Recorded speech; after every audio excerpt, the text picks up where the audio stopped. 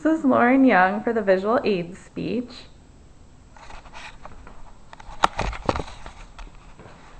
Hi, I'm Lauren Young. I'm here to talk to you guys today about the benefits that sensory bins can have for children 0 to 3 for various aspects of development. So I'm going to show you 4 different types of sensory bins today and the different aspects of development that they can promote. So our first bin here, I'll open up, and we have yogurt. So sensory bins can promote gross motor development. So what I do with some of my babies with yogurt, obviously there's the sensory component that they can rub it on their hands. For gross motor, for the young kids, I'm going to have them kind of kneel at the sensory bin. I can move it from side to side so they're encouraged to bend their bodies, which is actually going to encourage the development of their oblique muscles, which is on either side of their back. So what I can do is kind of put a piece of paper down here, have them stick their hands in the yogurt, which is fun as it is, and then make a handprint, so they're going to have to bend down.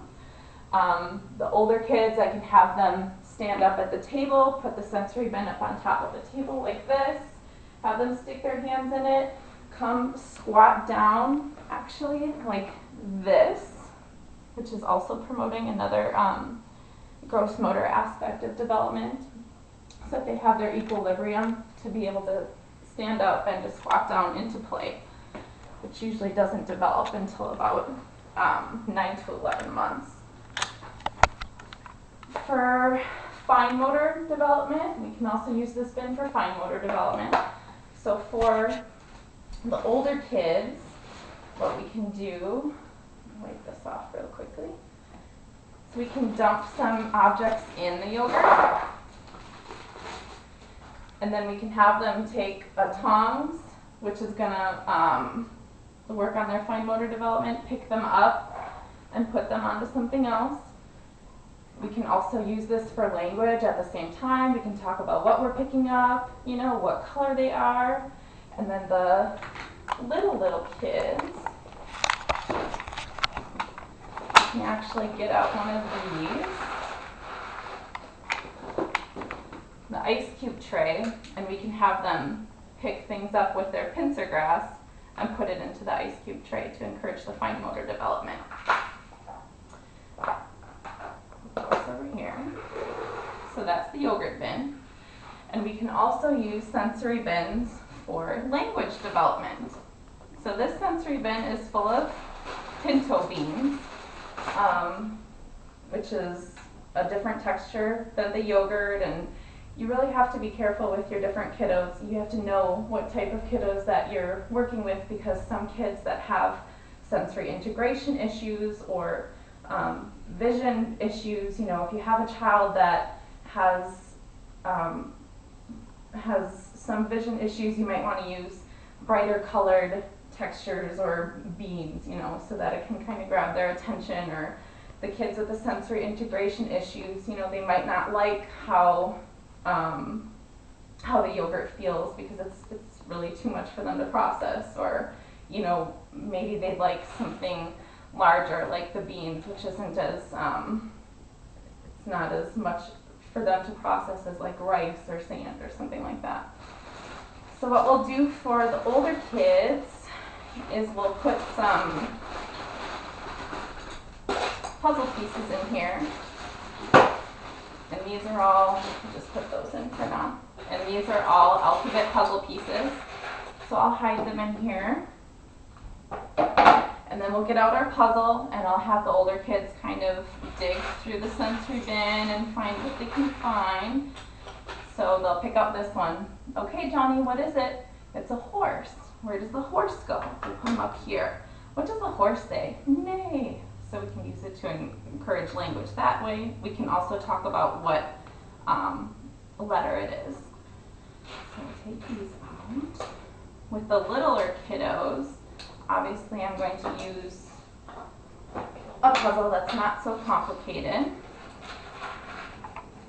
So we'll take these out. And we'll use puzzles that have the little knobby puzzles that are easier for them to control. And we'll hide those in the beans, and we'll get out our puzzle for the younger kiddos, and we'll have them take it out, and we'll discuss what kind of shape it is. Depending on their age, they might not even be able to imitate at that time, but it's said that a child takes they need to hear a word about 600 times before they can actually produce the word. So even if we're just doing the puzzle, I'm helping them hand over hand put the puzzle together, and just explaining this is a square, let's put it in the puzzle. They're getting subjected to that language, which is fostering their development. So, and all of these bins can really be used for all aspects of development. I just wanted to use different bins so that you can see the different types of bins that can be used. Obviously, you could use this one for gross motor or for cognitive development as well, because when you're doing language, cognitive development and language kind of goes hand in hand. You can't really do one without the other. So sensory bins can also help with the cognitive development, and this is a different bin I'm using. This one has blue aquarium rocks in it. So they're kind of harder, kind of smaller.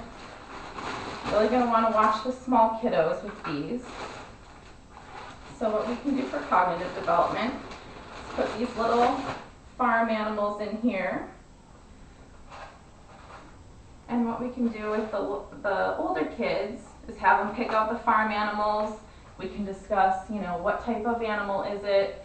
Because there's different colors, we can have them match by color. We can have them match by class. The cows go with the cows. As you can see, there's different sizes too, so we can match the small cows, the large cows, work on cognition that way. And then with the younger kiddos, obviously I'm just going to use the larger animals with the younger kids, swallowing hazard. So we'll put those in there.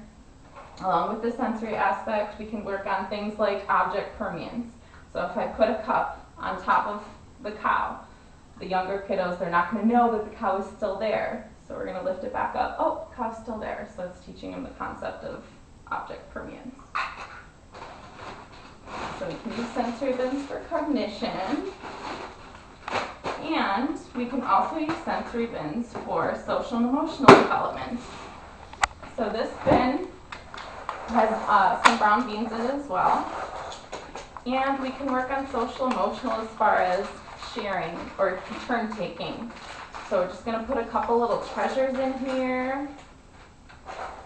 We have some beads, so it kind of looks like we're on a treasure hunt.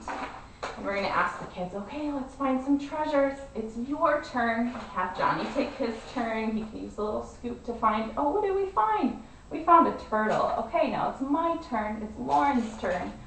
You can also work on personal pronouns. Oh, it's your turn. It's my turn. Let's give it to social skills. Let's give it to mom.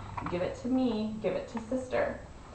So really, in conclusion, we can use sensory bins for all different types of development, and there's no one sensory bin that we need to use for this specific aspect of development or this specific aspect of development, but it's really integrating fun into learning. So it's keeping the kids, wanting to learn. It's keeping the kids, every time I bring one of these bins into work, they're like, ooh, what's in there today? What are we going to play with?